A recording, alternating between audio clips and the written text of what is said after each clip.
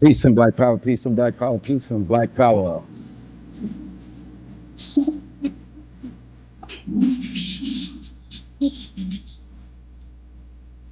Damn, that felt good.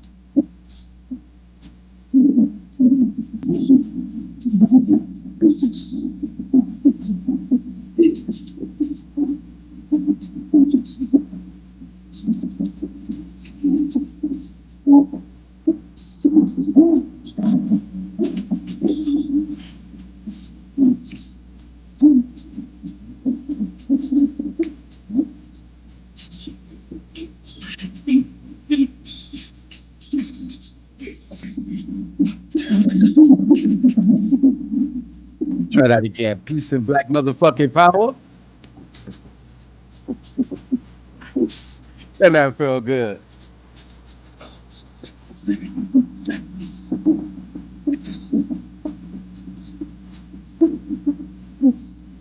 Hey, have you said that in a while? Have you just said it, let it fly out of your own mouth? Peace and black power. Say that one time for yourself. Just empower.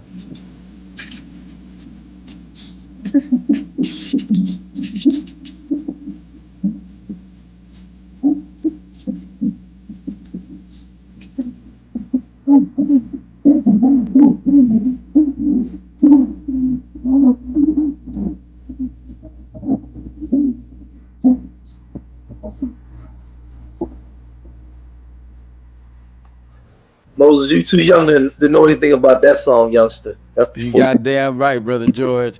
That's that real. That's probably top five greatest lyrical rap song ever made. Easy. Easy. Like when some clown jumps up to get beat down, broken down to his very last compound. See how it sounds? A little irrational. Come on, man. That's back when hip hop was hip hop, man. We we coming back. We're gonna actually do another stream today on Black Power when Black Power was a global phenomenon. We're gonna talk about the history of Black Power and how it was all over the world. It wasn't just Black Panthers here in America.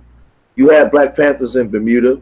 You had Black Panthers in Australia, um, England, just everywhere. You know, Black Power. This Pan Africanist thought process was everywhere, and for some reason, when they destroyed the Black Power movement, they destroyed that global Black Power thought.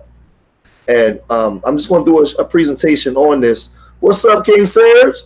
I'm gonna do a presentation on this to really bring out what's been kept from us for so long. Like, you know, I was astonished that some of the stuff that I was finding that was going on in the Caribbean and throughout the world. So, you know, it's late over here on the East Coast. So without further shenanigans, Moses, I'm gonna hit on the screen where, man, you got all kinds of other stuff up. Man, you ready? Yeah, I'm ready. Oh man, I've been waiting to have this conversation. HR 40 commissioned to study and develop reparations proposals for African Americans Act. 116th Congress, 2019 to 2020. As late as June 19th, 2019, the subcommittee hearings were held. The action by the House Judiciary Subcommittee on the Constitution, Civil Rights, and Civil Liberties. Brother George, do I have the permission to share my screen? Brother, you have the permission to do what you want. You already shared. Yeah, you already shared. I tapped on it, so yeah. So now all you got to do, is bring it up.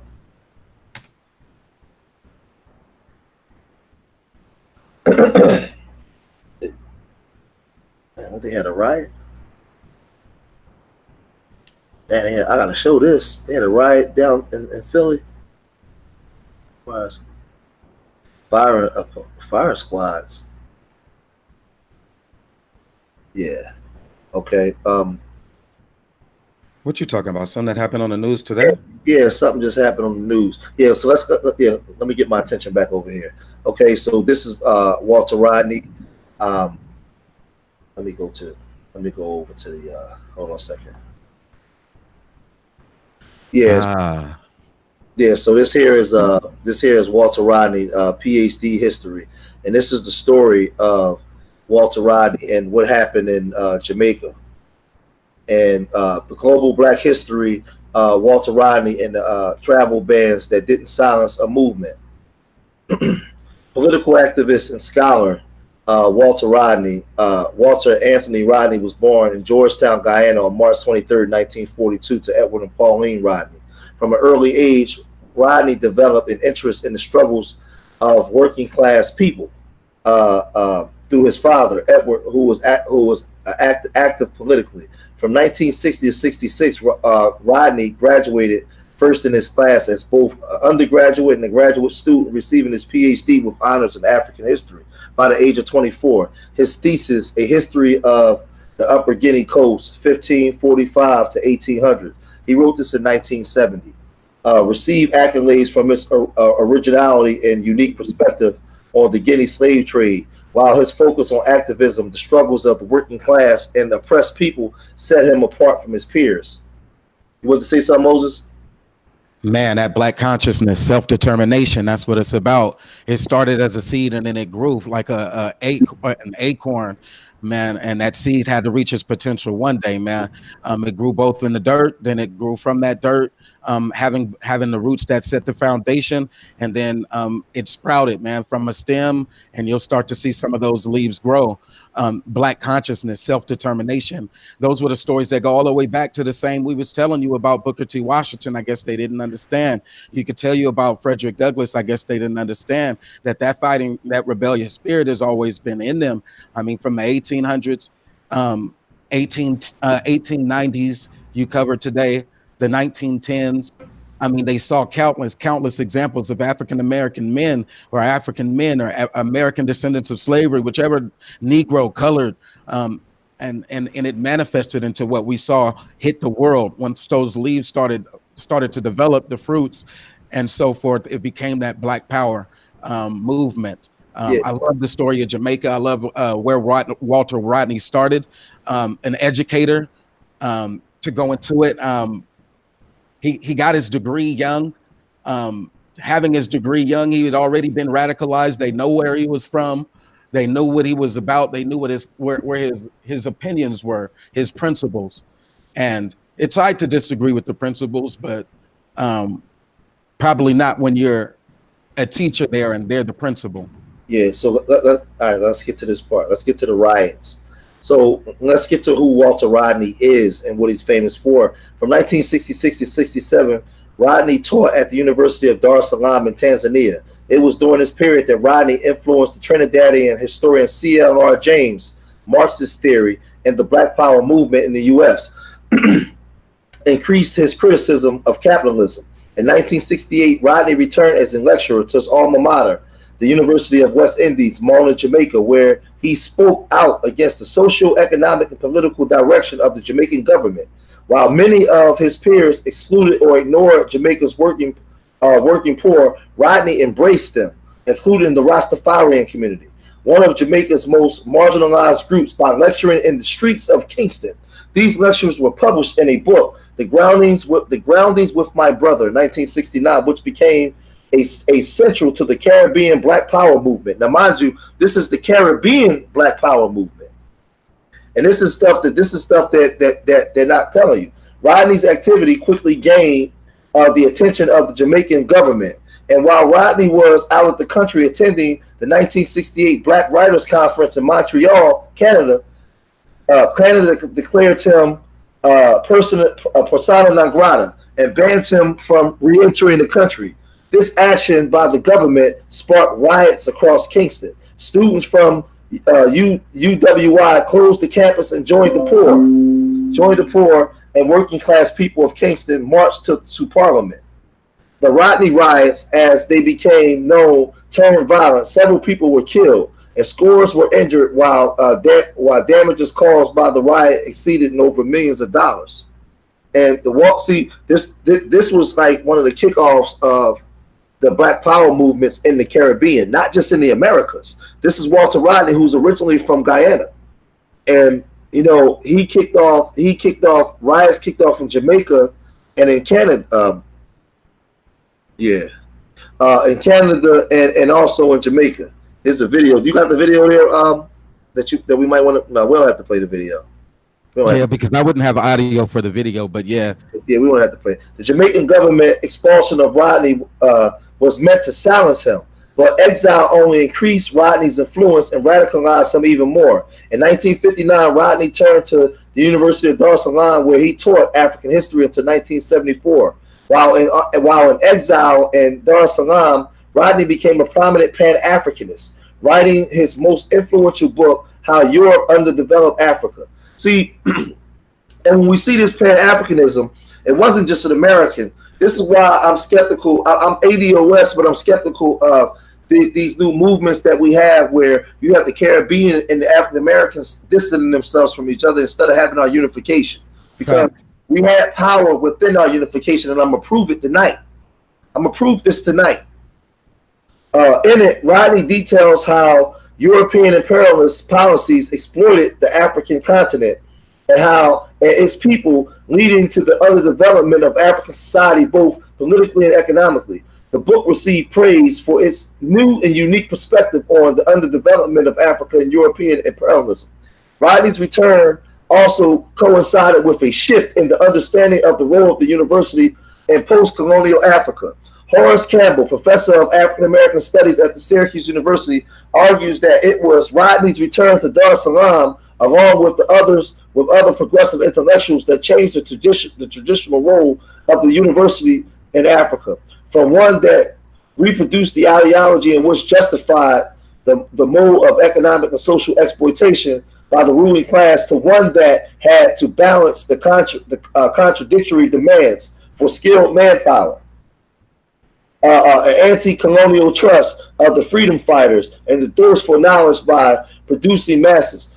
Rodney's work, according to Campbell's, continuously sought to break the alienation of history and the social sciences from the voiceless millions. Rodney's return to Tanzania and his exile from Jamaica pushed Rodney even harder in his intellectual commitment to African liberation and working class consciousness. Rodney's work also helped to distinguish Dar es Salaam as a progressive university, differentiating it from many other African universities at that time. This is where the trouble started.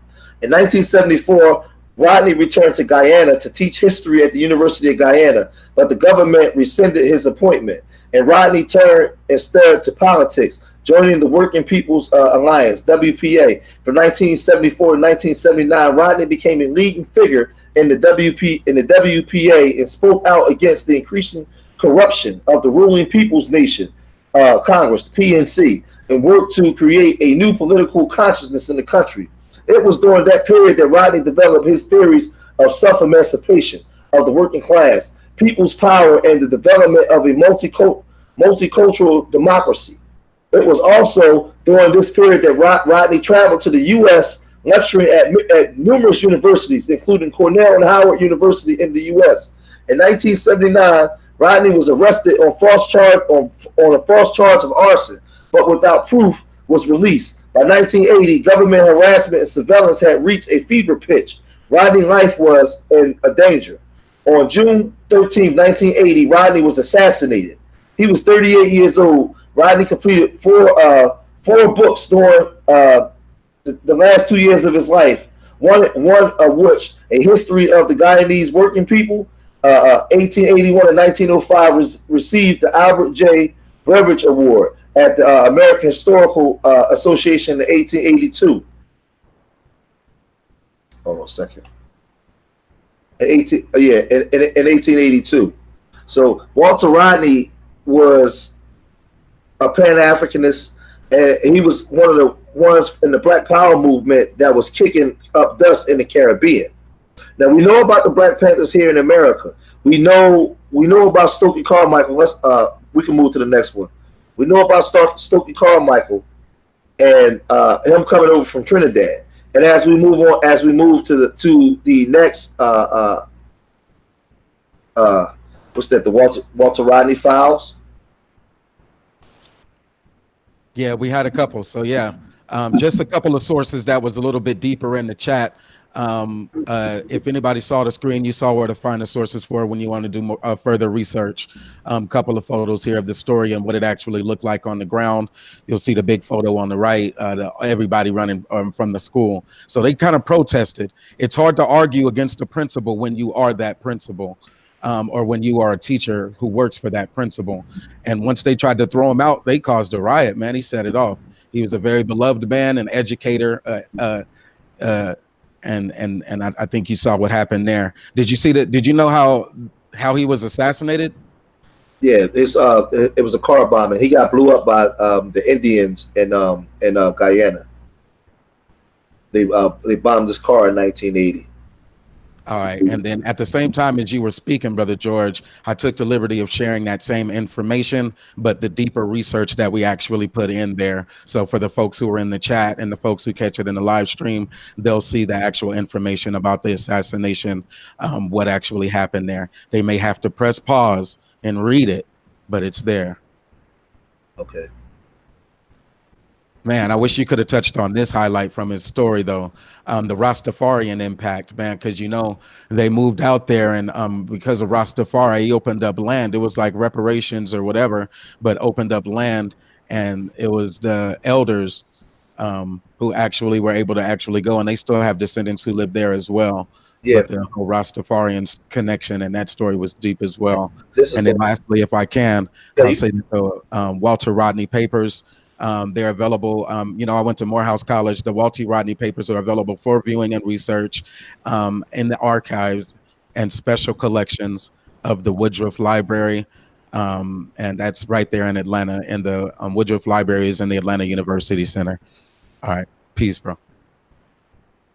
all right. So let's go to the next one.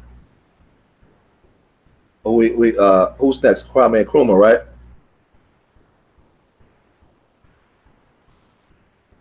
Yeah. So let's just do it this way. We have Kwame Nkrumah. Black consciousness, self determination, Black Power movement in Ghana. 1945, co-founder of the Pan Africanist Congress. 1957, achieved independence as Prime Minister of Ghana. He later on became the president of Ghana. And when we talk about this great man, this was also part of the Black Power movement and empowering blacks and Pan Africanism. Kwame Nkrumah, the first prime minister from 1957 to 1960, and president from 1960 to 66 of the Republic of Ghana, was the leader of the first sub-Saharan African nation to gain independence. He subsequently became a leading figure in the campaign for the United States of Africa. He was trying to create the United States of Africa. Nkrumah was born on September 21st, 1909, in the Gold Coast. The son of a goldsmith, he attended mission schools in Accra and government training colleges at Atakama from 1926 to 1930, where he prepared to be a teacher. In 1935, Nkrumah left for the United States, where he attended Lincoln University here outside of Philadelphia from 1935 to 1939, at the University of Pennsylvania from 1939 to 1943. A gifted student, by 1943, Nkrumah had earned multiple bachelor's and master's degrees in economics, psychology, education, theology, and philosophy. Then in May 1945, Nkrumah departed for London, England, where he studied as a PhD student at London School of Economics. While in London, Nkrumah held key positions as an anti-colonist and black nationalist and organizations, and authored controversial papers calling for African independence and unity. In 1945, Nkrumah co-founded the Pan Africanist Congress, which became an influential voice against colonialism in Africa. In 1947, Nkrumah returned to the Gold Coast and became the General Secretary of the newly found United Gold Coast Convention. However, in 1949, Nkrumah split with the organization over political objectives and formed the convention's People Party, CPP. During his tenure as head of the CPP, Nkrumah protested British rule and led numerous petitions of self-government. Imprisoned by the British in 1950 for his political activities, Nkrumah was released in 1951 when his party won the general election in a landslide victory. He subsequently was elected prime minister in 1952.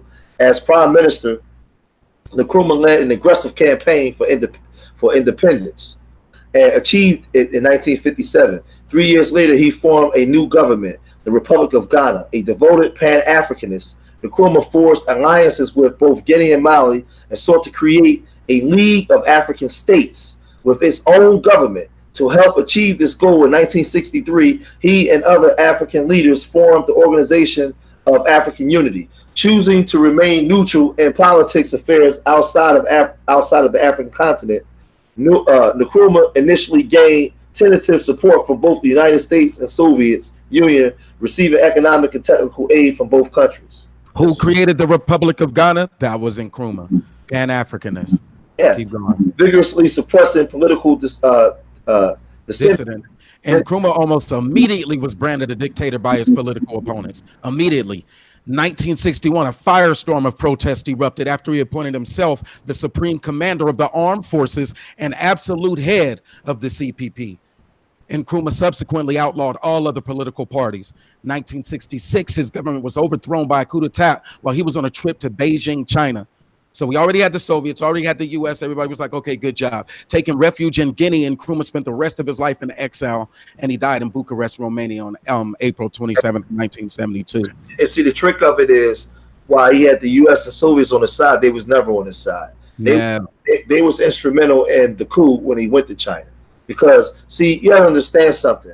Kwame Nkrumah was trying to start a United States of Africa. Basically, he wanted to unify the different states of Africa under the coinage, under their money and their resources. The United States was never on his side, and they subsequently turned the people of Ghana against him and got him exiled from Ghana, and they funded that coup d'etat because Kwame Nkrumah represented victory for Africa. If Kwame Nkrumah could do it in Ghana, what could they do in Mali? What could they do in Burkina Faso? What could they do in Ivory Coast? What would they do in Benin? What would they do in Cameroon? So what he represented was a detriment to British and all the other European nations that had their foot on the necks of Africans. So they had to get rid of Kwame Nkrumah. And this image here is an image of Kwame Nkrumah at the writers. It's escaping me right now. What was it, Moses? The writers. What is it? The Congressional. Yeah, it's the Congressional Writers Association or something.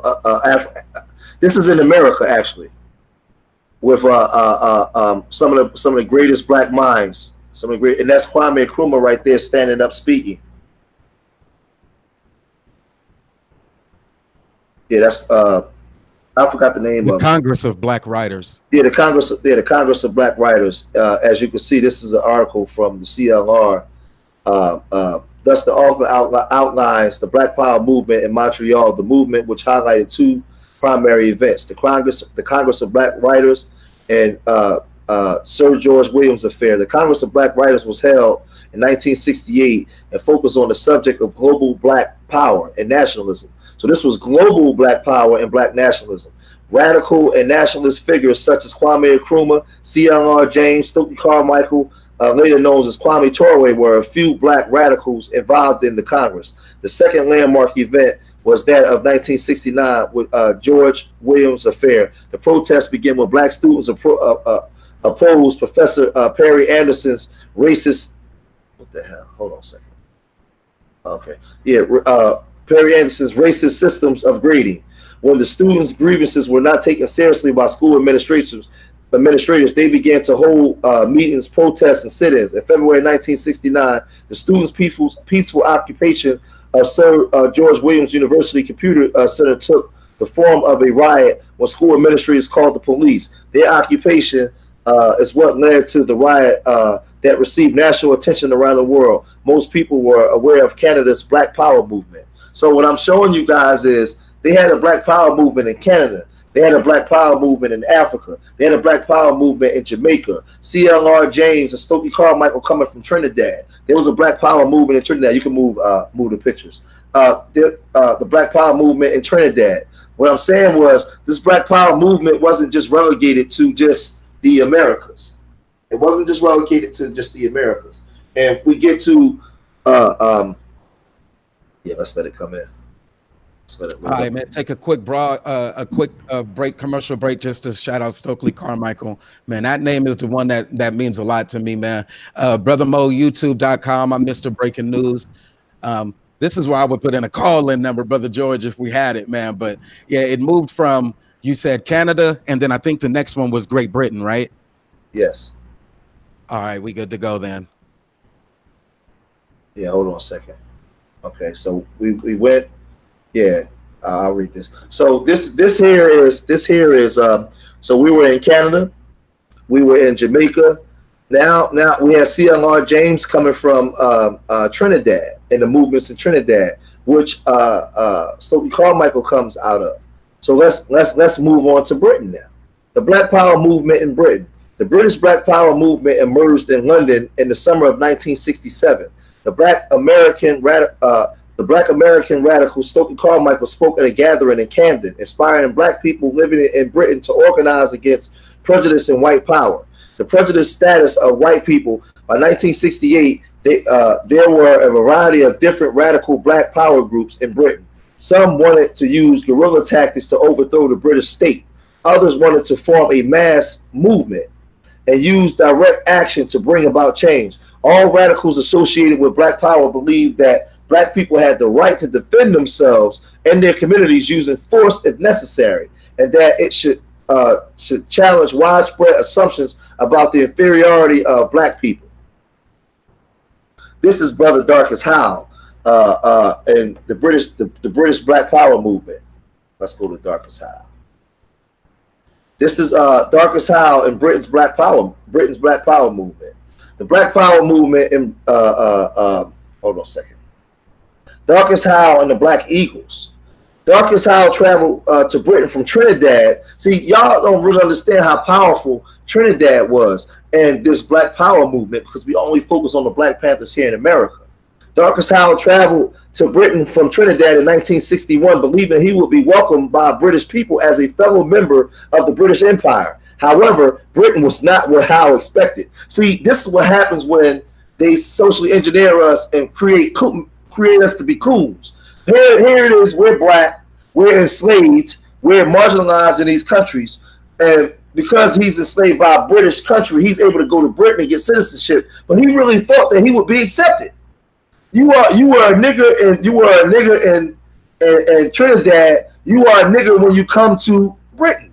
They wasn't accepting you. But he thought that he would be accepted. The country was poorer than he thought, and there was more prejudice than the propaganda about the empire he had heard in Trinidad had led him to believe. Although he was well educated and well qualified, he was refused work and well-paid jobs. He was also subject to racist abuse by white men who resented the fact that he had a white girlfriend. Initially, he lived, and that's one thing with them brothers in the Caribbean.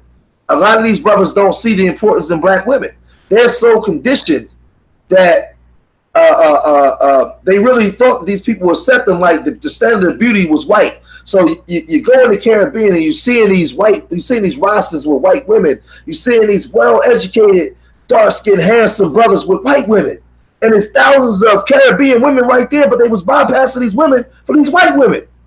And he took Brother Darkest Howe took his ass to London and he got a wake-up call. He got a rude awakening when he got to London. Howe lived in Notting Hill where there was a large Caribbean community. And during the 1960s, he began to work as a journalist, a paper published by and for the Caribbean people residents of that area. Darkest Howe became involved in the Black Power movement for a number of reasons. In the late 1960s, he was influenced by a number of black intellectuals, including Caribbean writer and activist C.L.R. James and Walter Rodney, of course. And American activists such as Martin Luther King, Malcolm X, and Stokely Carmichael, whom Howe met in London. The inspiration they offered, coupled with Howe's own experience of discrimination in housing, the job market, and particularly in policing, led him to found the Black Eagles, and later joined the British Black Panther movement in order to campaign the rights of migrants. And this is the stuff that our people was going through, because we was conditioned, Moses, that the standard of beauty was white. The standard of success was white. So you had these powerful black men getting these white women, bypassing the black women, going for this white education, this white success. And Brother Darkest Howe, when he left Trinidad and got to America and got to Britain, he had to stop being a coon immediately. He got de-cooned. He got de-cooned immediately because he thought he was going there with this white woman to get a better life, white acceptance, white education. And the white man said, "Get your black ass in the corner, Negro." They right, money, not right. They pushed him into the corner to the point where he had to form the Black Eagles and later become part of the Black Panther movement that really pushed and started kicking up dust in London. And right, them always see money, not beauty seen. Right. Black Power publications and historical sources. Black Power Dimension. The Black Power Dimension magazine, published in 1969 and edited by Darkest Howe, set out the demands of the Black Eagles. These included the demands for decent housing for all migrants, the release of political prisoners, and the demand that black people who were accused of crime should be tried by a jury made up exclusively of black people. So much for that white woman. Black Dimensions is useful as a historical source as it helps us to understand the causes and consequences of migration and to understand change over time. Articles in Black Dimension discuss the aspirations of recent migrants to Britain, as well as the reality that these migrants face when they arrived. First generation migrants who were involved in the Black Power movement tended to believe that Britain was a benevolent mother country that would welcome their arrival. They also tended to assume that they would be treated with dignity and respect by their fellow subjects of the British Empire. In reality,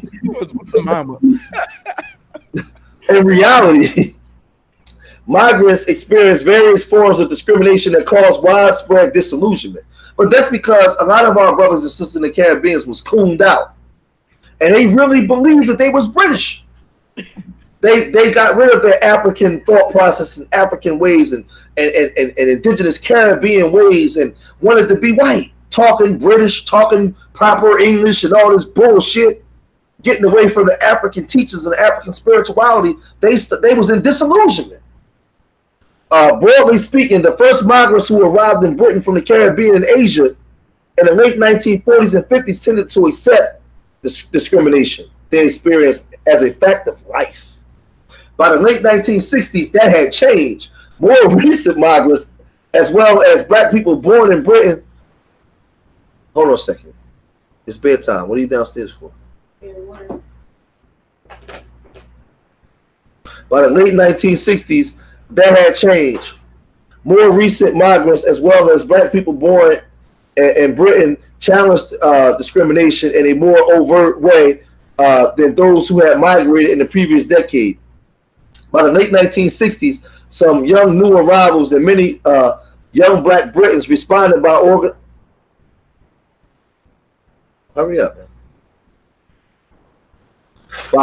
organizing themselves to demand equal rights. This change brought about a variety of factors. What the heck? A variety of factors. First, young black people in Britain were inspired by the example of radicals in Africa, the U.S., and Asia, who were fighting for civil rights actions against colonialism and racism. Black Dimension shows the black British radicals saw the struggle against white domination in Britain as part of an international movement. Black Dimensions published articles and on campaigns run by black students in Canada and the U.S., as well as the struggles to end the rule of British and French rules empires in developing worlds. These articles often reflected the experience of the writers. Darkest Howe, for example, had collaborated with black radicals in the U.S. and Canada by the late 1960s. So I'm trying to tell you, this black power thing was a global phenomenon. Secondly, British racism had become more forceful by the 1960s. Conservative MP Enoch Powell encouraged white British people to blame migrants for the economic and social problems of the country, experiencing and grew very influential in the late 1960s and early 70s. While Powell was not part of the government in the 1970s, ministers still passed laws that reflected his agenda. His speeches against immigration were one factor behind the 1971 Immigration Act, that a law that allowed the government to stop black and Asian people from entering Britain, while allowing white people from Australia, New Zealand, and Canada to enter Britain freely. The 1971 Act also gave the government the power to repatriate some recent migrants. Again, this shows the influence of Powell, who argued that repatriation should become government policy. Powell also caused widespread fear by claiming that black and white people should not live together in peace, and therefore that migration would lead to violence. Young migrants responded to Powellism by organizing campaigns against racism. The British Black Panthers, the largest, most influenced black group in Britain, were the Black Panthers. The British Black Panthers were founded in 1968 by a Nigerian playwright, OBB Egbona. However, Egbona was soon arrested and charged with conspiracy to murder police officers because of an essay that he wrote encouraging black people to resist police violence collectively. Following Ebola's conviction in 1968, Althea Jones LeConte took over the leadership of the movement. Jones LeConte was a migrant from Trinidad. This is the Trinidad connection again.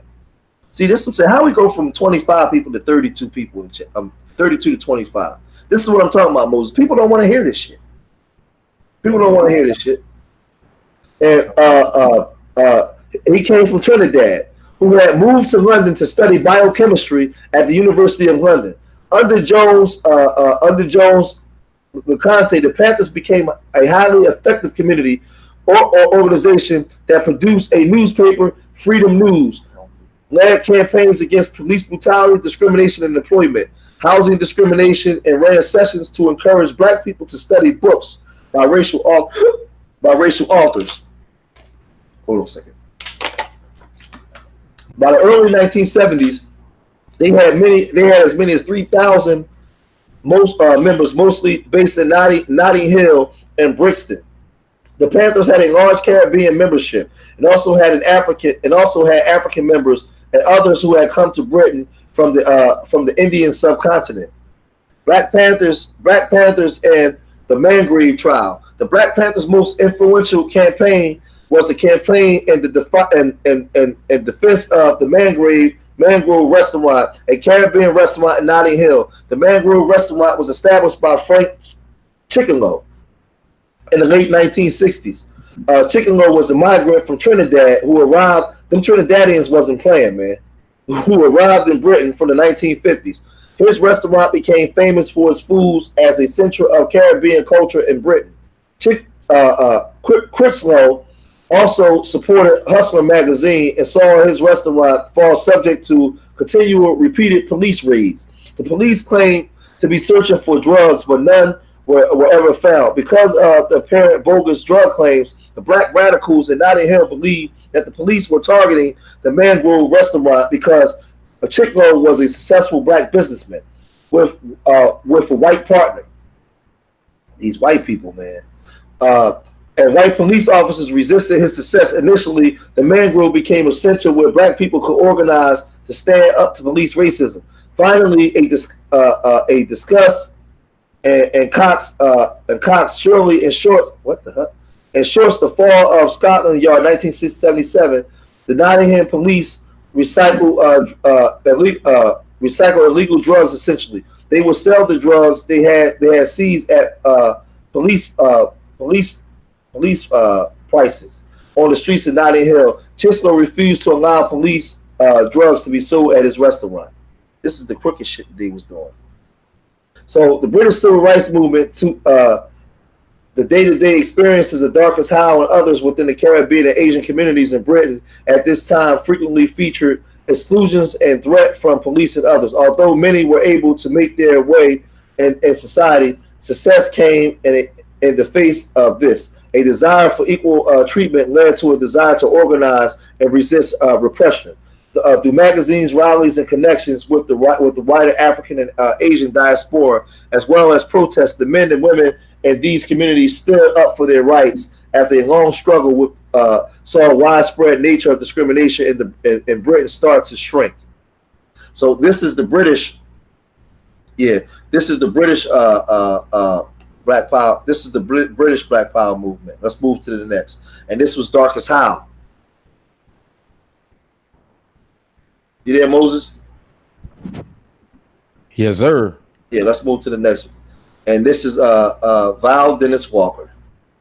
Hold on a second. And this is interesting because I was actually shocked. I was actually shocked when I actually seen this one. This brother here, he was an Aboriginal. This man here was an Aboriginal warrior empire. He was an Aboriginal from Australia. And they had a Black Power movement and Black Panthers in Australia. How many people knew that? They actually had a Black Panther movement in Australia. So let's get off into it. Val Dennis Walker, Aboriginal freedom fighter. Dennis Walker, an Aboriginal rights activist and freedom fighter who died on December 4th at 71, has been described as a trailblazer, revolutionary, and a giant in the Aboriginal movement. A Nunakal man from, I can't say that word, Stradbroke Islands in southeastern Queensland. Walker was the son of a poet. These names, man. Bruce Walker. He was a major figure in the civil rights and land rights movement in the 70s and continued to fight for a treaty between the Australian government and Aboriginal nations until his death.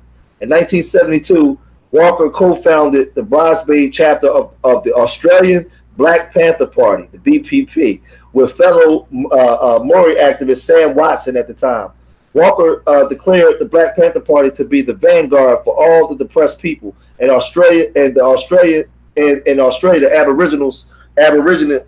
Aboriginals are the most oppressed of all.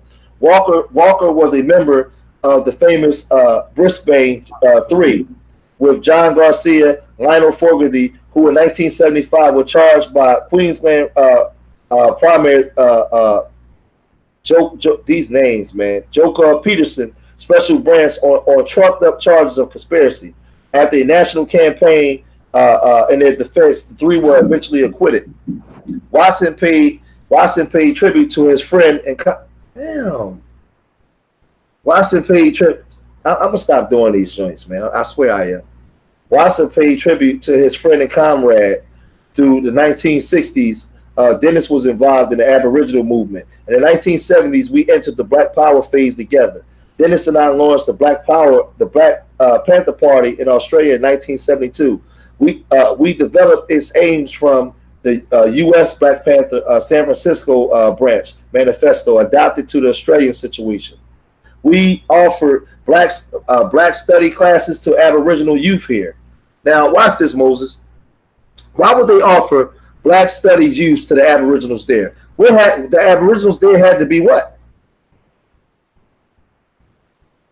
There already. Right, and they were of black descent.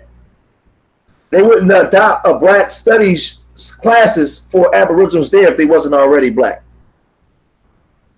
In particular, see, this is what I'm saying. See, I get discouraged sometimes in doing this stuff, but I'm gonna keep going, man. Are you watching the numbers? That's not that. It's just that, like, our people don't care about this stuff. Nah, but the information still needs to come out. So go ahead, brother.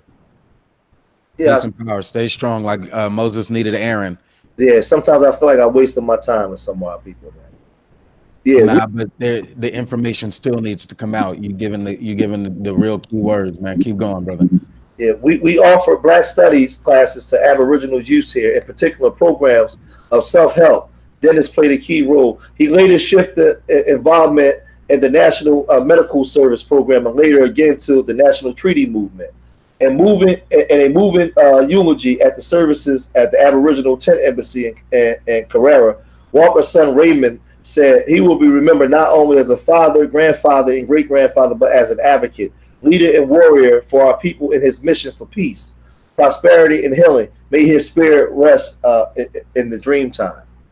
So this was this brother formed. He was basically he was part of the Black liberation struggles in Australia, and he took the manifesto from the Black Panthers and formed the Black Panthers in Australia. And the fight was still here. The fight was going. This was a global fight. And that Black Panthers organization that started down there in Oakland, or down there over there where Moses is from, this thing went everywhere.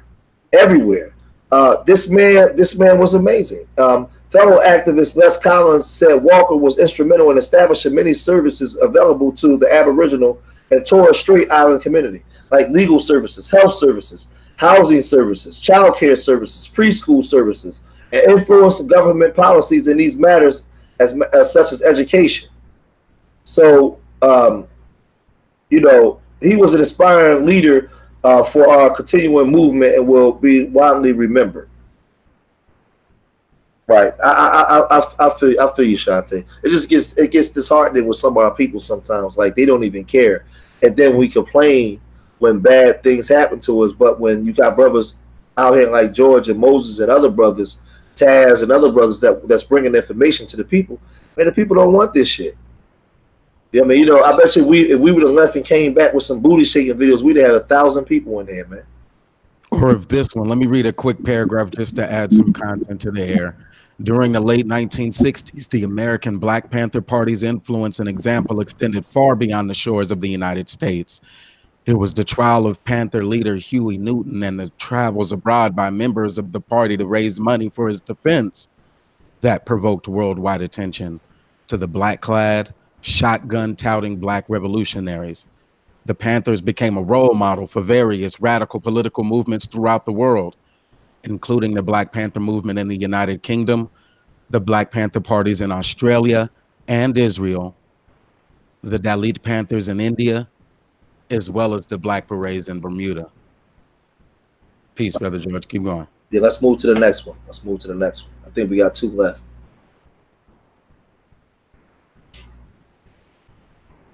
So I just did that one, the Black Panthers in Bermuda. Let's close out, man. Steve Biko, South Africa. We got 2. We got Steve Biko, and then we got the Black Panthers in Bermuda. Let's just finish the 2. Let's hit Steve Biko first, though. And this is I just gave them the recap of the Black Panther movement in Bermuda. Yeah, but I gotta read it. I want to tell them. I want to actually tell them what was going, because that Black Panthers in Bermuda is a very interesting story. Like what they did actually. Like people don't want to hear that. South Africa's Black consciousness movement in the 70s. You know, the Black consciousness movement, the BCM was an influential student movement in the 1970s in apartheid South Africa.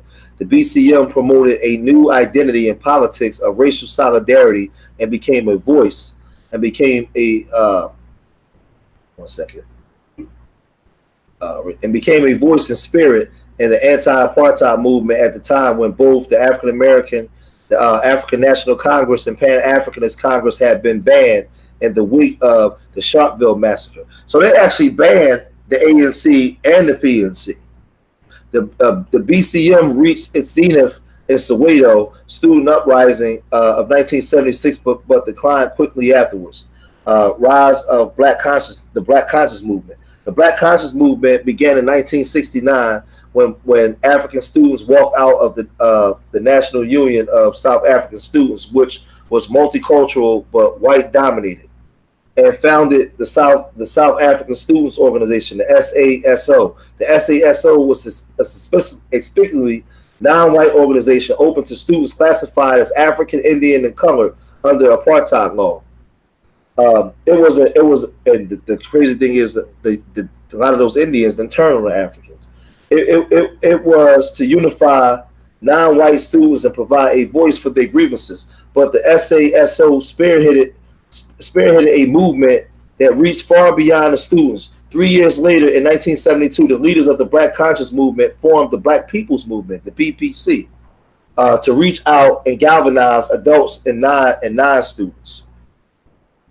Aims and forerunners of the BMC. Loosely speaking, the BMC aimed to unify and uplift non-white populations, but this meant excluding a previous ally, liberal anti-apartheid whites. As Stephen Biko, the most prominent Black conscious leader, explained, when militant nationalists said that white people did not belong in South Africa, they meant that we want to remove the white man from our table, strip the table of all trappings, put it on by him and decorate it in true African style. Settle down and then ask him to join us in our own terms, as he liked it. So basically, what he was saying was, y'all got to get out. We got to redo the room, and then we can let you come back on our terms. But right now, we're doing things based on your terms in our own home. And this is what the South Africans wanted. The elements of Black pride and celebration of Black culture linked the Black conscious movement back to the writings of W.E.B. Du Bois, as well as the ideas of Pan-Africanism and La Negritude movement. It also arose at the same time as the Black Power movement in the United States, and these movements inspire each other. Black consciousness was both militant and wildly nonviolent. The Black conscious movement was also inspired by the success of the the free limo in Mozambique. I gotta look that up. Moses, write this down. Moses, FRELIMO. The free limo in Mozambique. Suedo and afterlives of BCM, the exact connections between the Black Conscious Movement and the Suedo student uprising are debated. But for the apartheid government, the connections were clear enough. In the aftermath of Soweto, the Black People's Convention and several other Black Conscious Movement were banned and their leadership arrested. Many after being beaten and tortured, including Stephen Biko, who died in police custody. The BPC was partially resurrected, and the Arnaz People organizations, which are still active in South African politics. So Stephen Biko was a warrior on the front line for this struggle, and he was killed for it. They said that he actually went on a hunger strike, but Stephen Biko actually was found dead in his cell. So, you know, this is the story of Black consciousness and Black power movements in South Africa. So we done went to London, we done went to Australia, we done went to Canada, we done went to Jamaica, Barbados, South Africa, Mozambique, we done went to Ghana. I'm telling you that during this time, there was a worldwide consciousness of Black people all over, and they killed Stephen Biko. You know, they ostracized Kwame Nkrumah. They ran Stokely Carmichael out of America where he had to run to Ghana. They chased Walter Rodney from the Caribbean to Dar es Salaam, Tanzania, and then from Tanzania back to Jamaica, from Jamaica back to Guyana, where he was ultimately killed. You know, Biko dies in detention. You know, they killed him while he was in, you know, while he was in a prison cell. So, and you know, this was a freedom fighter on the front line. Yeah, they sought to silence them all. We had so many people. We had people that ran to Cuba, like I said, we had a multitude of people that ran to Tanzania, ran to Mozambique, they ran to Botswana. They ran to so many different places. So we can move to the last one now. We can move to the brothers in Bermuda. This is another. Oh, okay. I'm sorry. This is the image of Stephen Biko in the casket at his funeral. Oh man. Yeah. So you know, these was brothers. These were brothers that was on the front line for our people, man. Uncompromising, and some of them paid the ultimate price. They paid the ultimate price for our people. All right, I'm finna stop sharing. Thanks for that. Yeah. We don't have the pictures for the berets, but I think we got. Do we got anything for the? Yeah. Brothers here, yeah. Yeah. Keep that up there. Keep that up there. I want, because I'm gonna read. This is the Black Power movement of Bermuda. Now, how many of y'all actually heard of the island of Bermuda? It's actually off the coast of North Carolina. It's not even in the Caribbean, Brother Moses. It's off the coast of North Carolina, and these people wasn't having it. Hold on, yeah, let me go. Go ahead. Yeah, I'm gonna get situated real quick. Okay. Yeah, so the Black Panthers. Now, this is the dangerous Bermuda legacy, and I'm gonna tell you what these people were doing. They wasn't playing, Moses. Like these dudes here. Yeah, I'll wait till you get the picture back up. Nah, you good? Just go ahead. Okay. Yeah, the 60s defined itself by its efforts to delegitimize the police as an army of occupation, while also celebrating crime as a form of essential rebellion, and the outlaw as a perceptive social critic.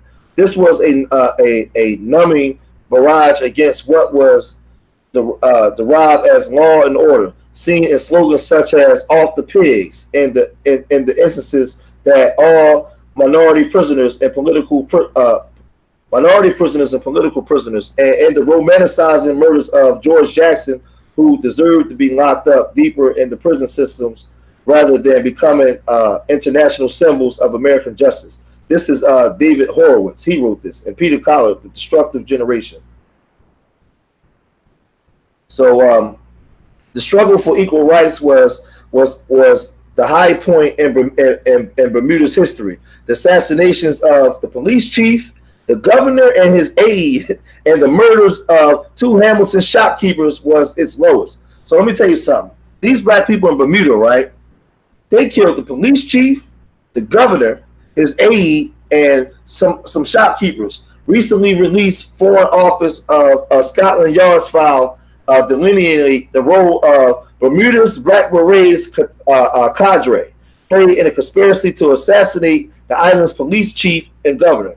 The Black Beret Cadre was a militant organization that modeled itself on America's Black Panthers. Like the Black Panthers, they believed that they had the God-given right to elicit their pathologies on the rest of society. But see, the people that's writing this is white supremacists. But I'm reading this to let you think the way that they thought. They had the mentality that they can go into a country, kill people, enslave them, control them, and when the people fight back, they say that they call this pathologies on the rest of society, and in doing so, inflict great harm on Bermuda and its people. Now, the people that was brought there didn't ask to be brought there. The people that was being enslaved and was being marginalized there didn't ask to be marginalized. But the minute they begin to fight back in Bermuda, they call these people tyrants and troublemakers. The role of the Black Berets played in the assassination has been whitewashed by a conservative Bermudan government for 3 decades, and the truth has remained buried until now. The UK Foreign Office and Scotland Yard show how the tragic events of the early 70s have been viewed by many Bermudian politicians as a strain upon Bermudians' reputation as a haven for travelers and the islands of tranquility. This attitude prompted them to ignore the Black Beret connections to the assassination, lest further the investigations to stir up trouble between the races and provoke the island-wide riots. So while they was promoting tourism, they was having riots all over Bermuda, right? And the black people there saw what was going on in the 60s in America and said, we're going to adopt this same thing and we're going to kick up some dust in Bermuda. So you're not going to get this information nowhere else. Nobody's talking about this shit. Nobody's going to give you this. The black political leaders were also afraid that the truth about the murders and the instability of its political system, which the killings exposed, would damage Bermuda tourist industry, which was its principal source of income. They also inspired.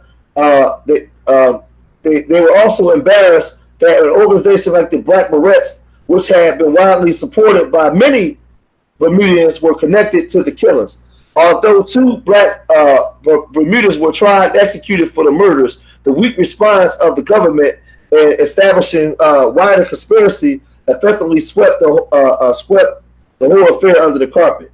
During the 1960s, the American Black Panther Party influence and example extended far beyond the shores of the United States. It was the trial of the Black Panther leader, Huey Newton, and the travels abroad by many of the party to raise money for its dissents that provoked worldwide attention to the black-clad, shotgun-toting black revolutionary.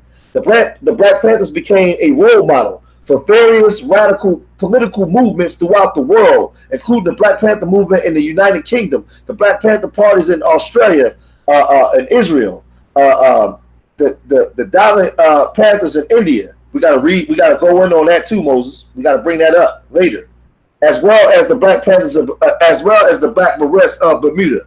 The American Black Panthers were probably the most violent races of all the black groups. Listen to this shit. They had the nerve to call the Black Panthers violent races of all the groups in the United States. It was founded in 1966, and its leaders promoted their organizations as one which advocated self-help and keeping drugs out of the community across the United States. The original philosophy behind the Panthers combined militant black nationalism with Marxism. Ho Chi Minh would inspire them and advocated black empowerment and self-defense. Often, though confrontation during its heyday, members of the Black Panthers murdered more than a dozen law officers. Today, former Black Panther Eddie Conway, Mumia Abu-Jamal, H. Rap Brown, Eddie Poindexter, and David Rice are serving life sentences. Well, I'd like to know how many of these police officers in the government was influential in murdering us. I just did a live stream on the 4,000 hangings of black people, and nobody ever went to prison for it. But yet and still, this Zionist this Zionist article will tell you about Eddie Conway, Mumia Abu-Jamal, H. Rap Brown, Eddie Poindexter, David Rice serving life sentences. But yet and fighting back. Say again, bro. Serving life sentences for fighting back, and most of them for just teaching people to fight back. Just saying it was like declaring war. How? Right. Panther Eldridge Cleaver was responsible for the international wing of the party. In 1969, he had fled to Algeria after a period of time in Cuba. He had served almost 12 years in prison on a variety of assault with intent to murder, drug, rape, and theft charges. Cleaver once claimed that violating white women had political intentions. Cleaver wrote, "I became a rapist. To define my technique, modus operandi, I started out practicing on black girls, and when I considered myself smooth enough, I crossed the tracks and sought out to white prey. I did this consciously, deliberately, willfully, methodically. Rape was an insurrectionary act. It delighted me that I was defying and trampling upon the white man's laws, upon his system of values, and I was defiling white women." I beg to differ on the thing where they talk about raping black women, but again, this article is put out by Zionists. But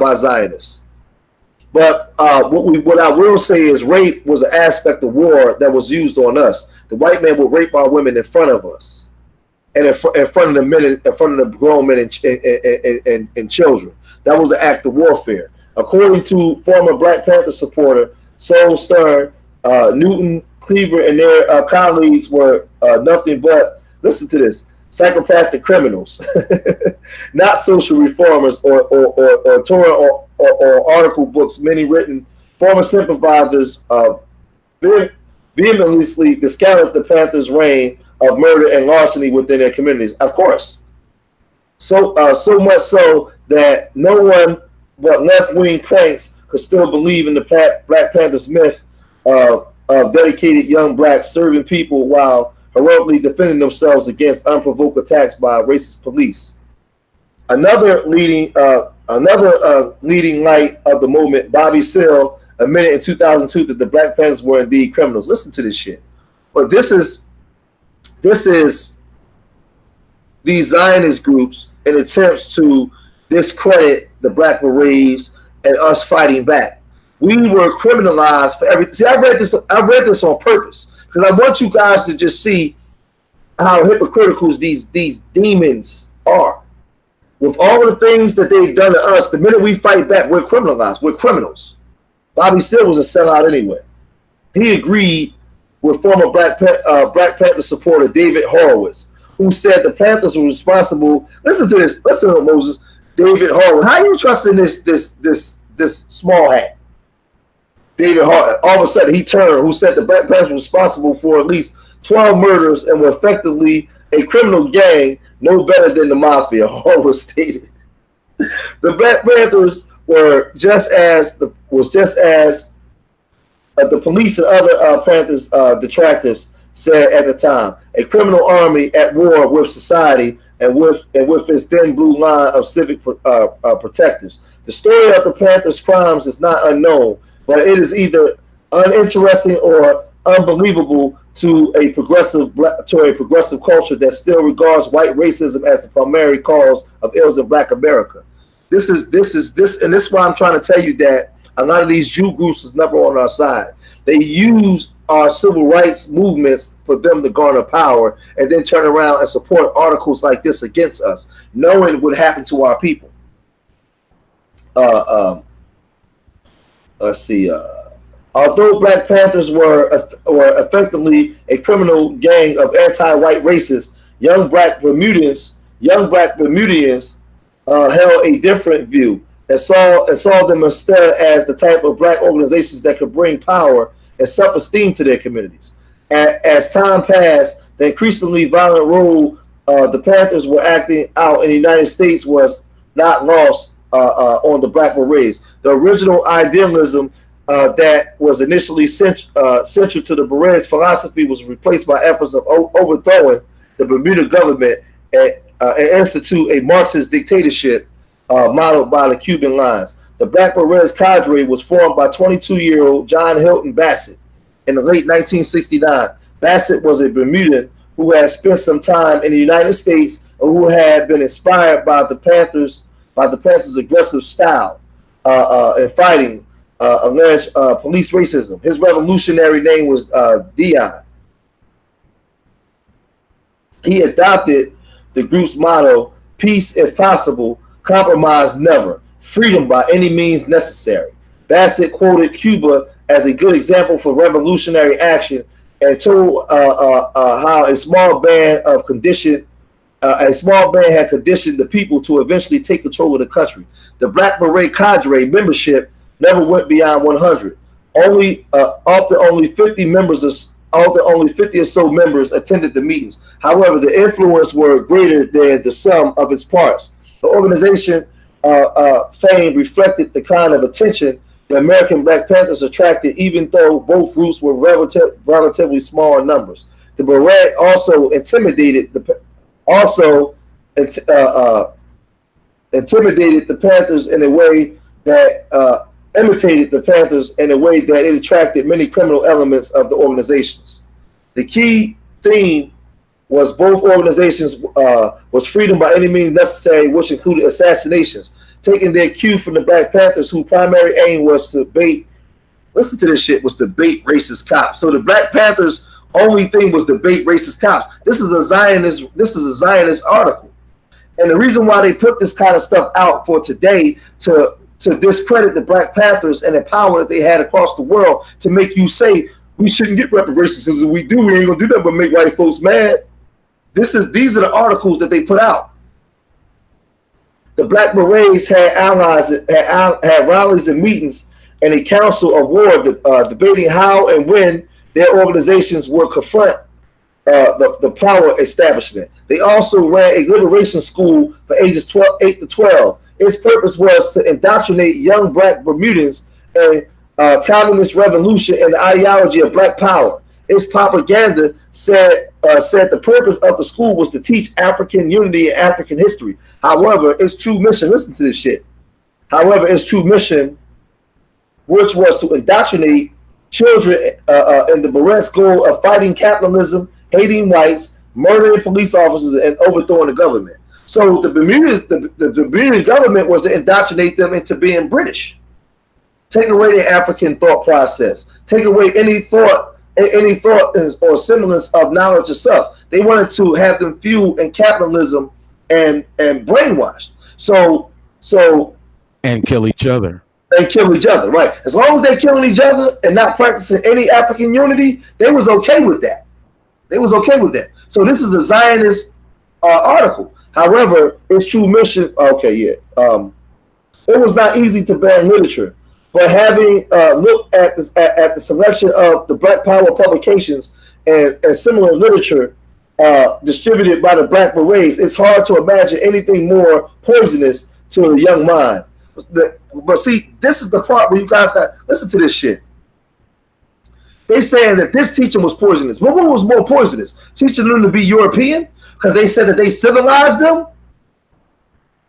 This is crazy, man. Black Panthers magazine as 3 pigs executed. The Black Beret also imitated the Black Panthers by publishing revolutionary newspapers, Voice of Revolutionaries. The first issue released in March 1970. Many of its articles were simply rewrites of articles that appeared on Black Panthers' own newspaper. The periodical incited Bermudans to rise up against their. See, this is the problem, Moses. They didn't want these articles out because these articles prompted the Bermudans to rise up against their colonial masters and the tyrant white power structure. So of course they didn't want this. Between 1969 and 1971, the Black Beret Cadre was relatively successful in attracting young blacks to support the revolutionary goals, and the organizations of the Black Power literature was instrumental in successfully recruiting youths who had criminal records. Look, they do anything to criminalize us. Some recruitments was carried out in Bermuda maximum security prisons. Castmates British intelligence official believes that some members had received revolutionary warfare training in Cuba. They also believe that the Berets were the instigators on the island's riots in the 1970s. In 1972, the Black Berets began to compile a hit list of Bermuda pigs they intended to execute. They also began to stockpile weapons, including pistols and shotguns, which were to be used when the time was ripe for revolution. It was not until late 1972 that the Berets indoctrination methods paid off. For a number of years, they had surveilled the homes of police officers, government officials, for the express purpose of assassination when the time was right. They wasn't playing. This is what I'm reading this for a reason. They wasn't playing, man. They had even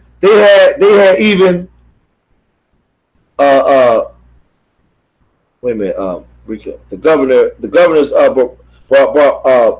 Bermuda's residence and the homes of the police chief George Duckett, according to the Black Berets informant. He always had a foreman, Sullivan Muslim.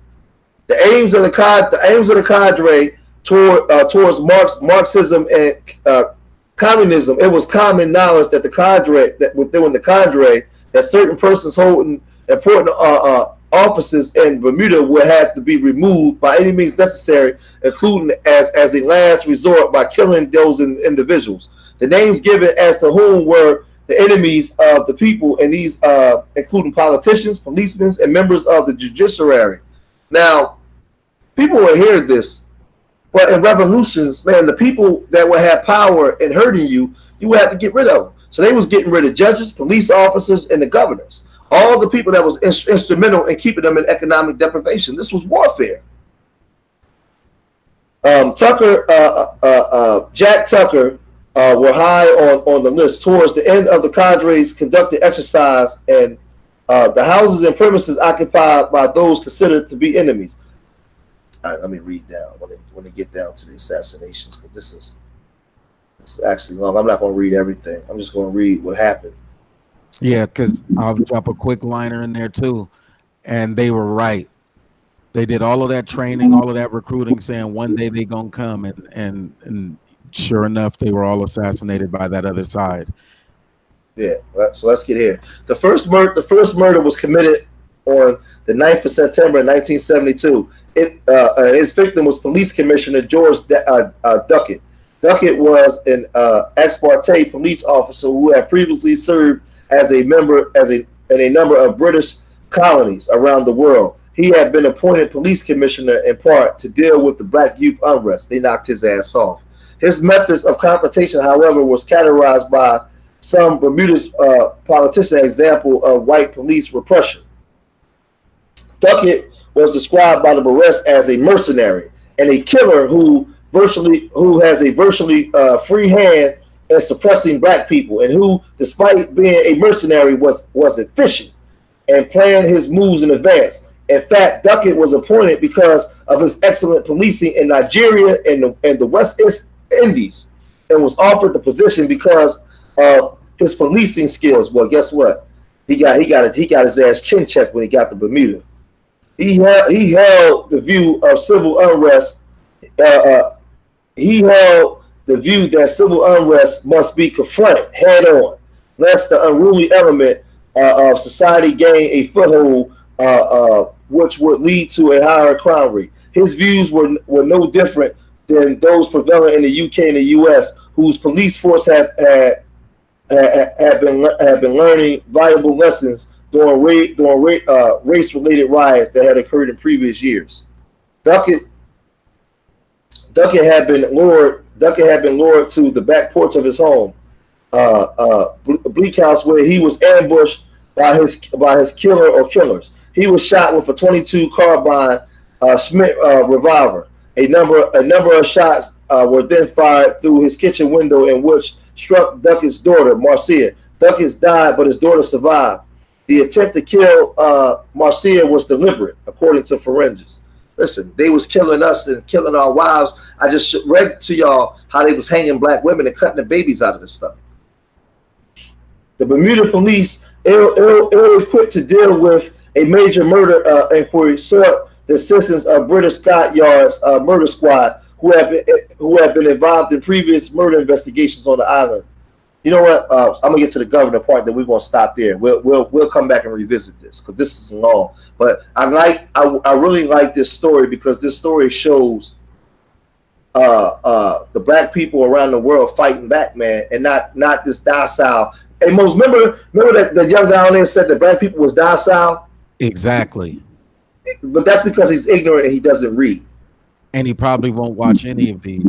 No, he won't watch any of these. The new governor of Bermuda, Sir Richard Shapes, a selling friend of the UK Prime Minister Edward Self, suspected the involvement of the Black Beret Cadre in Duckett's murder. Although the number of Black Cadre members were interviewed, none were charged. Shapes' suspicion were met with skepticism by most members of the Bermudian government, who became the crime of the work. Hold on, let's see. My eyes starting to act crazy. I've been reading too damn much. Hold on. Following the British detectives returned to London, exactly 6 months to the day since the police commissioner was killed, Governor Sharpless and his aide, Captain Hugh Sayers, were shot dead in the grounds of the governor's mansion. Sir Richard's Great Dane, Horsa, was also killed. Listen to this. So they more mad that his dog was killed. Once again, a team of detectives were requested to investigate the crime. The team was led by Scotland Yard's detectives, Chief Superintendent Wright, and the detective inspector Basil Hardell, with no more evidence than that 2 black men were seen running from the scene of the latest shootings, and a conviction of the 2 murders were linked to the police commissioner. So I'm gonna stop there. Because I'm getting tired. My eyes are getting tired. We'll come back and read this. But these guys, they killed the Bermudan governor, and they killed the police commissioner and a whole host of other people. But this police commissioner was going around killing black people wholesale. Let me go here. Let me go back.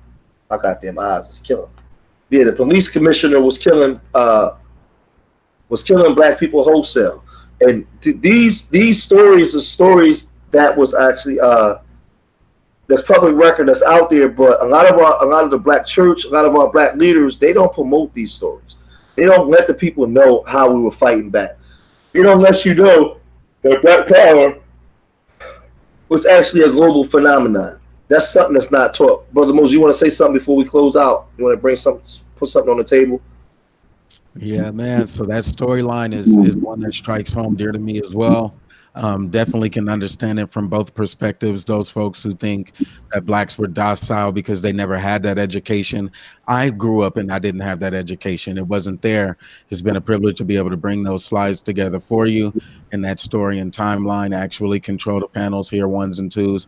Wish I could get some music involved, man, because there's some videos that go with all of that content. But glad to be a part of it, man. HR 40, the Commission to Study and Develop Reparations Proposals for African Americans Act. 6/19/2019, there was a subcommittee hearing that was held. Man, gotta shout that out one more time, man. Peace and love, brother. Yeah, so yeah, these are articles. These are articles that need to be heard. We're going to do a part 2 to this because I actually have more. There's more around the world from things that was going on. So for now on, like I'm back on my George Macon. We're gonna have more series of African American inventors. We're gonna have more series on Queen Mother Moore. That's coming. We're gonna have African American achievements in the Caribbean. We're gonna get back to really teaching the people, man. And I'm gonna be doing less arguing on on panels and stuff like that, man, but just getting back to getting the information. Sometimes this stuff gets discouraging, man, and talking to the people, because it's just like we want to complain about certain stuff, but when you come on here and you teaching people, they don't come out to watch. I've been on panels where it's been 5, 6, and 800 people, and ain't nobody talking about shit. We just arguing and shit. But then when we come bring this type of information, you can't even get 100 people in the chat room. It's kind of disheartening. Sometimes it just make it seem like I'm doing this shit for nothing. Sometimes, man. You know what I mean? But you know, I get it, man. You know, I love my people more than they hate themselves, and I pray to the universal creator, Most High, that these words are enough to inspire you. These words are enough to make you look at yourself in the mirror and make change. These words are enough to make you look at your children and know you have to make change. I hope that when you came here for information, and when you leave here better than what you was before you came. You leave here edified. I hope that you share this information, man, on Twitter, Facebook, all out. Share this on your YouTube pages. Take it out everywhere. You know, that's why I try to cut down on my cussing and not scream and so much and be so loud. I want people to get this quality information, man, and get it. You know, and hopefully over time we can begin to get more people in here. You know, my dream is to do something like this and have 500 people in the chat room and have dialogue with people who are interested. It just hurts that when I go on certain live streams and I'm talking on it and it's 900 people in the building and all we doing is arguing and cursing each other out, and people is encouraged by that. But when you do this, you get 25 people in the chat room. You know, it's just damn. You know, it's crazy. But I want to thank the people that did take the time to come out and watch and support. I love y'all, man. I really do. Thank you for supporting and wanting to get this information, man. Interaction. So remember, I love y'all. It's my bedtime, man. Till the next time. Peace.